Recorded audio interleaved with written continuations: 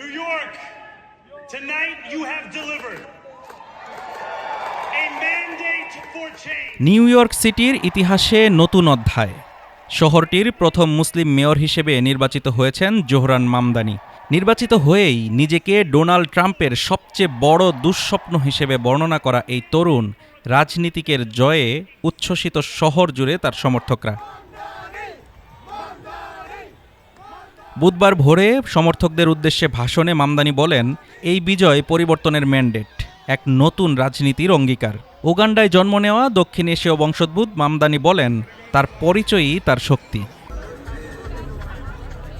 মামদানি প্রতিশ্রুতি দিয়েছেন একটি শহর গড়ে তুলবেন যেখানে অভিবাসী, কৃষ্ণাঙ্গ নারী, ট্রান্সজেন্ডার বা একক মা সবাই অনুভব করবেন তাদেরও এই শহরে সমান অধিকার ও মর্যাদা রয়েছে।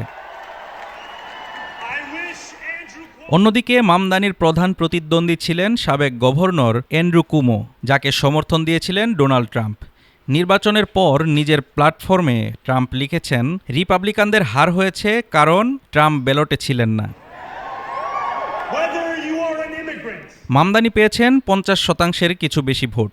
প্রতিদ্বন্দ্বী কুমো 41.6% এবং রিপাবলিকান প্রার্থী কার্টিস লিওয়া মাত্র 7% ভোট পেয়েছেন।